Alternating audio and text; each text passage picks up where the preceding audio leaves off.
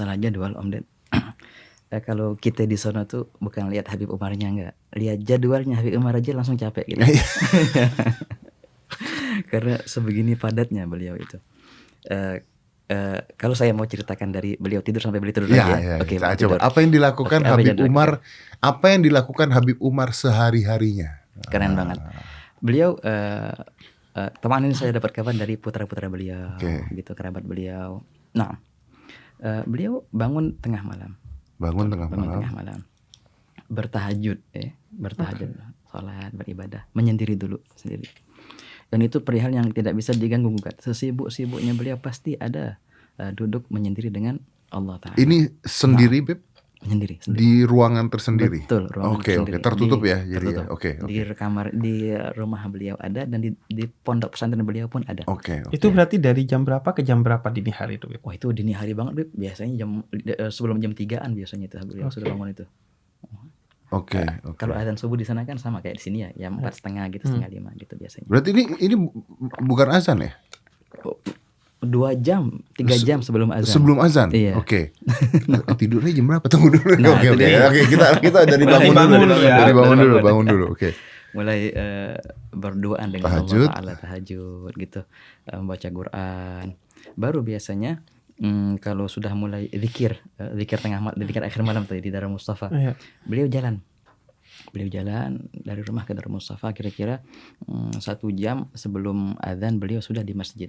Dan beliau duduk dengan para pelajarnya yang hafal Quran biasanya, baca Quran bareng-bareng gitu. Oke. Ini jam berapa, Beb? Di sana jam 3-an biasanya. Ini masih jam 3-an udah di masjid. Sudah di masjid. Jam 3 udah di masjid ya. Berarti kurang lebih jam 1 itu tahajud ya, setengah 2 jam 3 di masjid lalu. Baca Quran dengan para muridnya, kemudian baca wirid bareng-bareng, baca zikir bareng-bareng sampai nunggu azan subuh. Azan subuh, baca zikir juga, salat subuh berjamaah, baca zikir lagi sama murid-muridnya, mulailah ngajar. Kelas pertama beliau itu pagi. Itu Masya Allah juga Om Ded. Sampai terbit matahari, sampai jam 6. Itu ngajar pertama. Habis itu beliau sholat 4 rakaat, dan pasti di situ beliau baca 1 juz. Itu juga nggak bisa diganggu gugat. Dimanapun, di tertib manapun, walaupun sibuk-sibuknya pasti sholat isyraq namanya, Beb ya. Sholat isyraq sama duhanya itu 1 juz. Walaupun di luar negeri. Hatta kemarin di Istiqlal. Tetap 1 juz nggak bisa diganggu gugat. Itu pagi-pagi itu. Habis itu kira-kira jam 6:30 lah. 6:30 beliau pulang ke rumah. Baik. Apa yang beliau buat 6:30? Antara 2. Kadang-kadang kalau ada tamu yang mendadak, beliau temuin tamunya. Kalau enggak, ini luar biasa ini. Beliau makan pagi bersama keluarga. Ini momen yang indah, Om Ded. Di momen makan pagi itu, jadi setiap keluarganya, anak beliau, istri beliau, anak beliau, cucu beliau, masing-masing bawa kitab. Jadi momen makan pagi digunakan juga untuk belajar. Dan saya bisa bilang dengan yakin, soalnya dulu saya ditugaskan untuk murojaah, mengkaji ulang kurikulum yang beliau berikan kepada cucunya. Saya bisa pastikan. Kak cucu ada kurikulum khususnya. Beliau langsung tulis. Bikin kurikulum. Jadi itu pada saat makan pagi. Makan pagi itu. Di meja makan. Di meja makan. Buka Quran. Buka kitab. Buka kitab. Yang ini. Dan ada kurikulumnya, bukan random gitu. Kurikulum. Jadi untuk anak umur segini cucunya itu ada. Saya bisa pastikan. Setiap anak beliau dan cucu beliau belajar alif ba ta, belajar ngajinya, bisa ngaji gitu, sampai belajar kitab tinggi itu di waktu makan pagi. Anak kecil yang umur 3 tahun diajarkan alif. Karena tidak buka TikTok. Iya. Iya kan? Iya, benar dong. Dan tidak tidur. Iya. Benar kan? Iya. Yang masih kecil tuh tetap belajar bacanya sama beliau. Belajar. Jadi ceritanya ini apa? Suatu pelajaran buat para ustadz ya. Para orang-orang yang dai, katanya sibuk sehingga keluarganya terlantar. Nggak ada kayak gitu. Kalau istilah kami itu maling waktu, Bang Om Ded. Kalau waktu nanya ada nggak ada terus nanti. Itu ustadz atau dai, apalagi artis. Gak ada waktu untuk keluarga. Saya sama ada. Bukan Anda kan? Tapi ini pelajaran penting menurut aku, Om Ded. Aku sering bilang, jangan sampai anak kita itu belajar bahasa Al-Quran, membaca bismillah, membaca surat Dari orang Al-Fatihah lain. dari orang lain. Iya. Karena itu pahala gede loh. Jangan kan itu, Bib, belajar hidup aja dari orang lain kebanyakan. Iya, kadang-kadang. makanya Iya. sayang banget kan. Iya. Padahal itu pahala gede. Selama Iya. dia baca setiap sholat, setiap apapun bismillah dan Al-Fatihah itu kan akhirnya Dari jadi pahala orang yang bisa tuanya mengalir sendiri. kepada yang ngajari. Iya. Betul. Oke, Bib. Jangan dipotong dulu, Bib. Iya, Ini makanya. makan Ini pagi, aja. baru makan pagi nih, Bib. Baru makan pagi nih, Bib. Baca kitab tuh makan pagi, Bib. Nah, Setelah makan pagi, Bib. Oke, jadi dimakan pagi kan semua belajar, Bib. Iya. Dari Iya. istrinya. Kayak contohnya anak beliau Said Salim itu. Belajar ngaji di situ sampai belajar fikih kita besar di situ. Belajar Yahya Ulumuddin juga di situ hatamnya. Sahih Bukhari juga di situ hatamnya. Alfiyah Ibnu Malik juga di situ hatamnya. Berarti itu sambil makan itu ya? Sambil makan. Jangan jauh-jauh. Kemarin Bib, waktu sebelum beliau ke Surabaya, saya teleponan sama anak beliau. Pas lagi momen waktu makan, jadi kedengeran. Lagi belajarnya. Saudari beliau lagi baca kitab ke Habib Umar. Padahal di luar negeri nih. Padahal di luar negeri. Saat makan. Saat makan pagi itu momen keluarga, nggak bisa diganggu kan? Ya, oke. Sesibuk apapun tetap ada momen Tetap keluarga. ada momen keluarga dan tetap belajar. Belajar isinya. Oke. Tidak nonton Netflix. Nggak nonton. Jam tengah malam. Oh, enggak, kan ini makan pagi. Iya. Saya makan pagi nggak mungkin nonton Netflix dong. Masih ngantuk. Apa? Masih Indonesia. Ajib. Setelah- Oke, berarti- pagi Pagi makan. Lanjut, Kenapa- Bib, setelah apa makan namanya? pagi. Waktu itu juga ada cucu beliau, Om Ded, anaknya Said Salim ini. Jadi saya ditugaskan. Ini saya tahu perihal ini karena saya ditugaskan Ya. dulu. Jadi pagi-pagi itu Habib Umar ngajarin alif bata kan. Dan beliau sendiri tulisin. Sore-sorenya saya ditugaskan untuk kaji ulang. Ngecek. Betul. Ya, Kalau ngecek. ada PR bantu untuk apa? Jadi saya tahu betul dari alif bata sampai dia bisa baca, sampai baca kitab pertama, kedua, itu anak umur kira-kira 4 tahun 5 tahun. Nah itu. Oke, ini breakfastnya apa namanya? Makan paginya. pagi, oke. Kelar kira-kira jam 9. Nah, baru beliau istirahat. Istirahat tuh. Nah, istirahat. Dan Tidur, beliau pasti ada momen tidur siang. tidur siang. Walaupun setengah jam, Oh, ini jam 9. jam 9. Oke. Itu karena butuh atau karena ibadah tidur? Dua-duanya Habib, karena emang ibadah tidur. Karena ada ibadah Ada tidur ibadah siang tidur kalau siang. Bagi orang yang bertahajud. Iya, bagi orang yang Iya, bertahajud. persis. Ya karena dia Nah, bertahajud, jadi dia ya intinya sebenarnya logika juga kan ya butuh Iya. tidur siang itu kan ya. kayak sahur sama puasa. Iya. Iya. Iya kan? Jadi Betul. tidur pagi sih itu nggak siang. Iya. Jam 9 tidur siang jam 9 sampai jam 10 lah gitu ya. Oke, gitu biasanya. Lalu Nah, ya, kadang-kadang kalau emang agak bacanya lama gitu ya, ada tamu-tamu, agak molor dikit tidur siang mulai dari jam 10. Pokoknya beliau jam setengah 11 sudah bangun. tapi Setengah Iya, jam berarti selalu tidurnya. ada Setengah tidur siang itu. Selalu ada. Selalu ada. Selalu ada. Oh, ini sebetulnya kalau secara sains saja power nap tuh ya. Iya. Penting juga tuh. Iya. Dan ini kan Om, kalau kita setengah jam kayaknya belum tidur kan? Iya, Masih karena masih pikiran kemana-mana, main HP. Ini Kan otak kita nggak fokus, Iya. nggak konsentrasi, nggak adem. iya, karena sering kan otak kita itu nggak hadir. Iya. Ketika belajar pikiran di mana, ketika ibadah pikiran di belajar, ketika tidur pikiran Badan di. capek, otak enggak iya. muter-muter. Oke, Jadi ini tidur setengah jam. Tidur siang. power nap. Tes. Lalu bangun. Lalu bangun. Siap-siap biasanya beliau jam 11-an sebelum zuhur lah biasanya ya, ke kantor beliau di Darul Mustafa. Oke. Duduk sama asistennya kalau ada yang harus ditandatangani. Oke. Ada yang harus ditulis sampai adzan zuhur. Mm-mm. Adzan zuhur turun ke masjid salat zuhur bersama pelajar. Tamam. Selepas itu biasanya beliau menghadiri acara-acara umum di Kota Tarim. Ya, beliau sekarang Itu pasti ada tuh ya. itu ada aja sih, nggak setiap hari tapi hampir setiap hari ada, kayak nikahan, Oke. ya akikah, gitu-gitulah biasanya habis zuhur. Habis itu beliau pulang ke rumah menjamu tamu. Setiap hari ada tamu di rumah Pasti beliau. nggak mungkin tidak ada tamu. Tamunya Banyak banget. Kalau itu udah nggak usah Nah, dipikirkan. dan beliau makan dengan tamu pastinya. Wah, kata. Itu kalau masalah tamu itu makanya ibu beliau pernah bilang, Umar, rumahmu ini bukan rumahmu, rumahnya muslimin itu. Iya. Selalu ya. Selalu pintunya selalu terbuka. Open house ya. Open Open house. house. Dan terus- selalu ngasih makan Om Ded.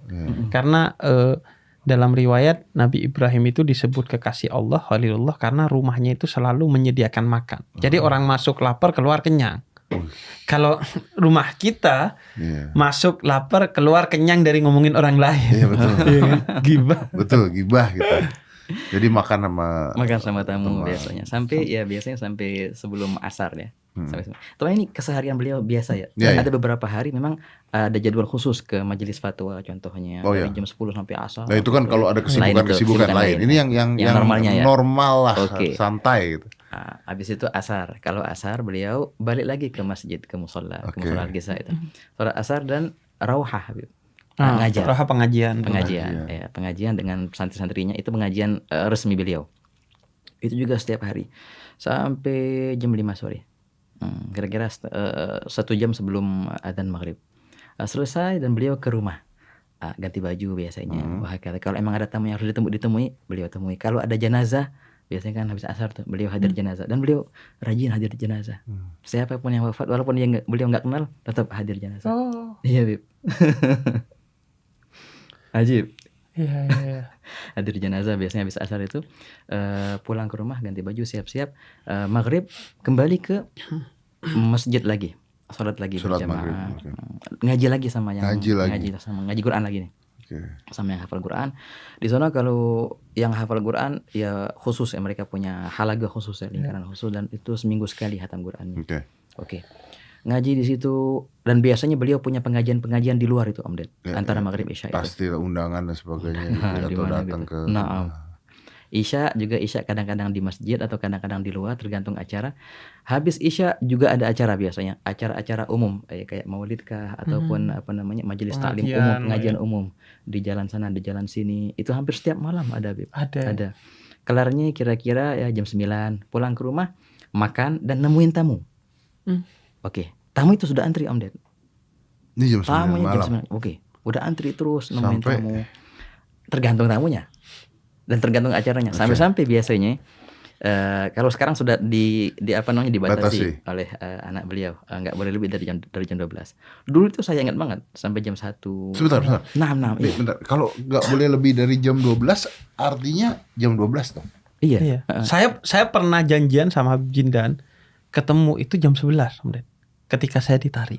Iya. Dikasih waktu itu jam 11 Tunggu malam. dulu. Kalau jam 12 kan artinya tidur setengah 1 Iya, gitu lah kira-kira. atau jam 1. Lah tadi bangunnya jam Setengah 2. Setengah 2-an. Berarti 1 jam tambah setengah jam siang, 1,5 jam.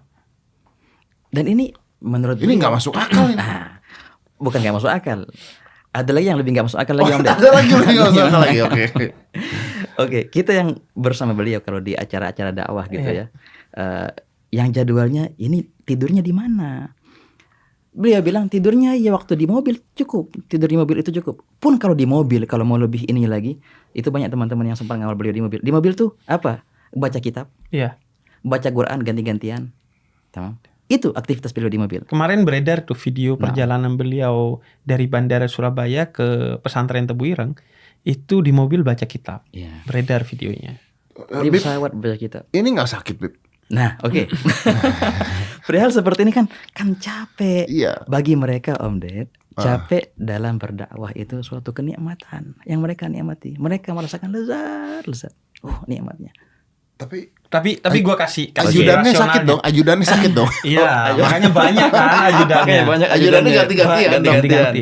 Gua kasih contoh, gua pernah punya satu kajian dakwah di Malang waktu itu, Jawa Timur. Itu gua abis naik gunung, Om Ded. Dan ketika turun itu drop sedrop-dropnya. Betul-betul gak bisa berdiri. Tapi gue berangkat. Sampai sana gue naik panggung dan ceramah 2 jam full. Ya, saya bisa. Begitu turun itu langsung lemes lagi. Ya, Jadi kan, adrenalinnya, tapi kan menyerap energi dari energinya, penonton. adrenalin. Nah, tapi sedangkan ini kan tiap hari. nah Bib. itu Iya. tinggal kemudian bagaimana membuat itu hadir setiap hari. Kalau kita seneng, wah kalau yang hadir banyak, kalau yang ngundang orang berpengaruh. Kalau beliau udah menganggap semuanya sama. Jadi kebahagiaannya sama. Akhirnya Betul. Nah, tapi ini artinya begini nih buat penonton ini. Yang dilakukan Habib Umar itu adalah individu beliau yang memang sudah seperti itulah beliau gitu ya. Dan itu mungkin ya mujizat mungkin, atau diberikan disebutnya biasanya kayak karomah. Iya. karomah. Tapi itu Om Ded sifatnya filosofis. Betul. Karena gini, kalau dalam ada seorang filosof namanya Heidegger. itu adalah seorang yang beruntung, seorang yang waktunya otentik. Ya, Waktu otentik itu artinya dia punya kendali atas waktu, bukan dikendalikan oleh waktu. Iya. saya paham. Makanya banyak sekali ayat dalam Al-Quran itu yang bersumber atas nama waktu. Salah satu yang paling populer wal asri, demi masa. Dan kata Imam Syafi'i, seandainya Al-Quran itu hanya satu surat ini sudah cukup. Ya, Karena dunia itu tentang waktu. ya, Dan seperti Habib Umar, ini orang yang waktunya itu otentik, yang dikendalikan betul oleh dia, sehingga nggak ada ceritanya nggak punya waktu. ya. Cuman Anda prioritas atau Nah, enggak? iya. Sia-sia enggak Makanya saya ketemu mau mengatakan itu Bib, ke netizen ini, maksudnya kalau Anda levelnya belum di sana, Anda mengagumi Habib Umar, bukan artinya lalu Anda mulai hari ini dengar lalu Anda melakukan itu. Iya, betul. Ketipes. Ada itu di zaman Nabi, ada orang yang karena ngelihat Nabi puasanya sehari puasa sehari enggak, puasa daun. Ada yang biar lebih dari Nabi puasa tiap hari. Akhirnya bukan imannya yang naik, asam lambungnya. Tapi